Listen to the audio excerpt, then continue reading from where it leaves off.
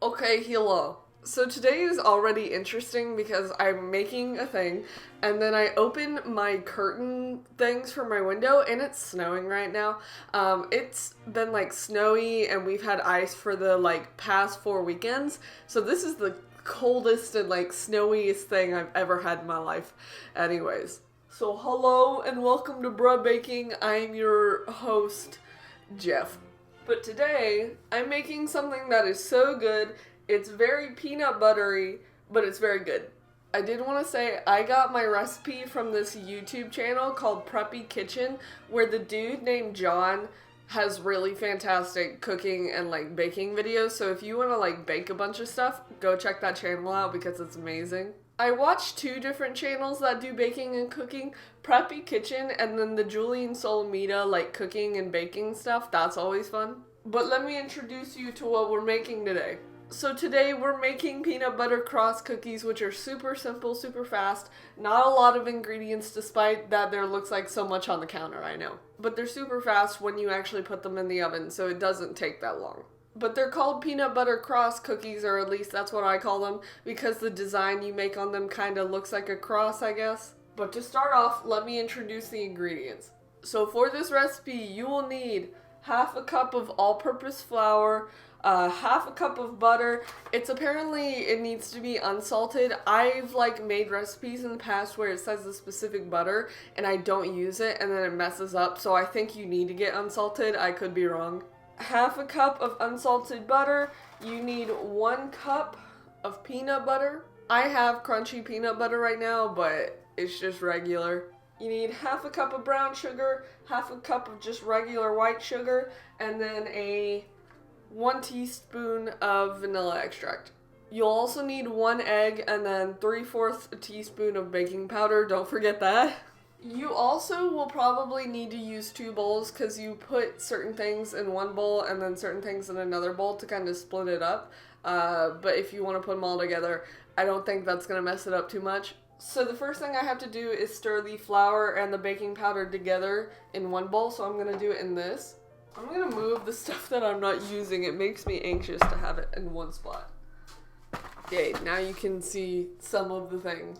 The flour and the baking powder. So it's 1 full cup and then a half a cup. I don't think I said that right originally. I'm sorry.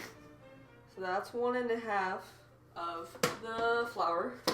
And then baking powder, which is somewhere. There it is. Okay, so 3/4 a teaspoon is a little bit less than 1 full teaspoon, apparently. I think that's correct. Whatever. It's fine. Everything's fine. And then, time to whisk, which that does not take a lot to whisk together, I guess. Oh yeah! So that's done. In a separate bowl, for the butter, it's half a cup of butter, but they're in sticks. So let's see what this is about. I'm going to use a blender, by the way, because in the past I've melted the butter, and I feel like that makes the cookies... I've made this recipe before, but I feel like when you melt the butter, it makes the cookies way softer than they need to be, so I'm going to actually blend it this time. 1, 2, 3, 4, 5, 6, 7, 8. So 1 of these is half a cup. So now I just have 3 other things of these, whatever. Which is half a cup of brown sugar. All the sugar... Ow. Ow. So it's half a cup of brown sugar. Yee. Half a cup of sugar. Oh yeah. Half a cup of sugar. Yee. Right. Okay. Then I add peanut butter right here. Which this is a full cup, and the thing I got is 18 ounces. So if you get something like this, you'll have a little bit left over when you do this. Okay, I need a spoon. I'm gonna need a spoon anyways. Yeah. But it's a whole cup of peanut butter, which is a lot.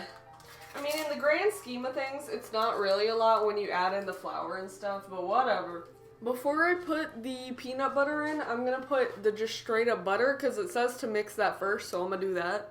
And this 1 stick of butter is 8 tablespoons, which is half a cup. So if you just have one of these, you're fine. If you're European or something else, I don't know what you do. I have no idea. America decided to be weird and do feet and all this weird stuff, so I don't know what you do. Look at these little beaters. They're so cute.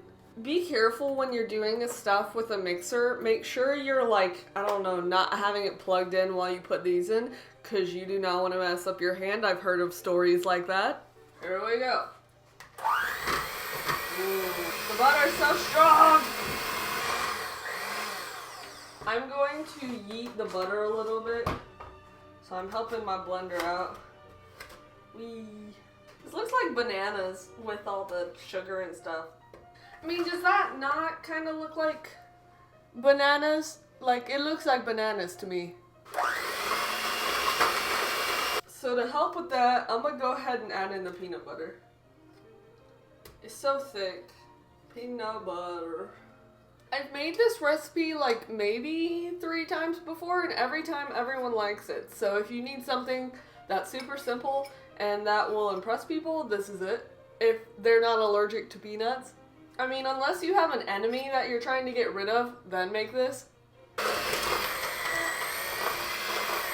Next thing is to add in the egg and the vanilla extract. Heck yeah. And it's 1 egg.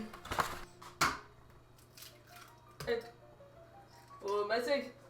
So it's 1 whole teaspoon of vanilla extract. Okay. Whee. So I'm gonna mix it again real quick. So now that that is mixed in pretty well, now to add in the flour. And that's pretty much it, by the way. Like, it's super easy. Yee. So then when you have the regular mixture and then the flour mixture, then you just do it, you do the thingy again. So right now I'm just kind of mixing with a spoon because there's some of the butter stuff that isn't, you know, like cut up. So I'm doing that. But also, it's super easy. It's super nice. Okay, this looks pretty good. Yay, okay.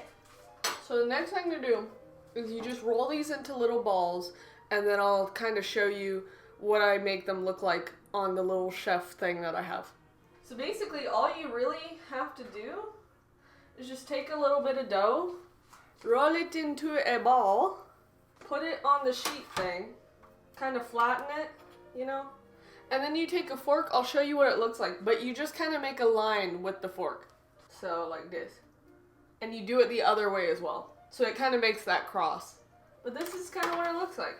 So you can see I kind of went one way with the fork and then I went the other way. And you just do that until you run out of dough, bruh. And the cookies will relatively stay the same shape after you cook them, because it's not like they're, I don't know, there wasn't too much baking powder, and it's very thick, so they don't get that big. So on the sheet I have 1, 2, 3, 4, 5, 6, 7, 8. So I have 20 right here. So it's definitely gonna be at least 24, if not close to 30, because I have a little bit more batter, but you can kind of see. Pretty cool. So the next step is to cook these for 10 minutes at 350 in the oven. So I'm not going to show that because I have to go down to my community kitchen thing to make these. But yeah, if you put them in the oven for 10 minutes at 350, that is the thing. Okay, hello, this is me from the future with some cookies on a plate because I switched my pan so I could put more of the batter on the pan to heat more of them and have more. But I cooked these for about 10 minutes. I would definitely say make sure your cookies like cool after you directly bring them out of the oven so they don't crumble. But in total, after making more and putting them on the pan, I made a total of 32. So if you do the exact amount of ingredients, you'll have around 30 cookies. Now the cookies themselves, bruh, it's so good. It's definitely, you know, like peanut butter flavor, but it's not completely overwhelming. So if you just want something peanut buttery, definitely go with this. But that's basically it. I'll link the original video and the website where I found the directions for this recipe.